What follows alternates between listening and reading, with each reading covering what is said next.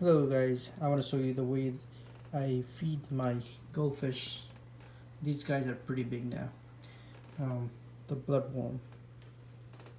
So I put one cube in this small container and let it sit here for 5 to 10 minutes. Then the first thing I do is I turn off my pump so that when I put the bloodworms, it doesn't get sucked in by the pump, the water filtration pump. And these are very big giant fish. So so now I just turned off my pump, and these guys are really hungry and ready to eat.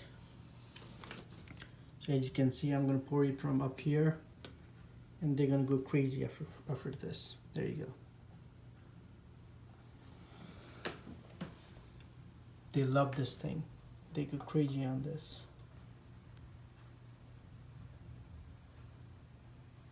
So make sure your pump is turned off, otherwise sometimes the water pump will suck in all those bloodworms. And you can see how big my fish is. It's pretty big. This guy is very big.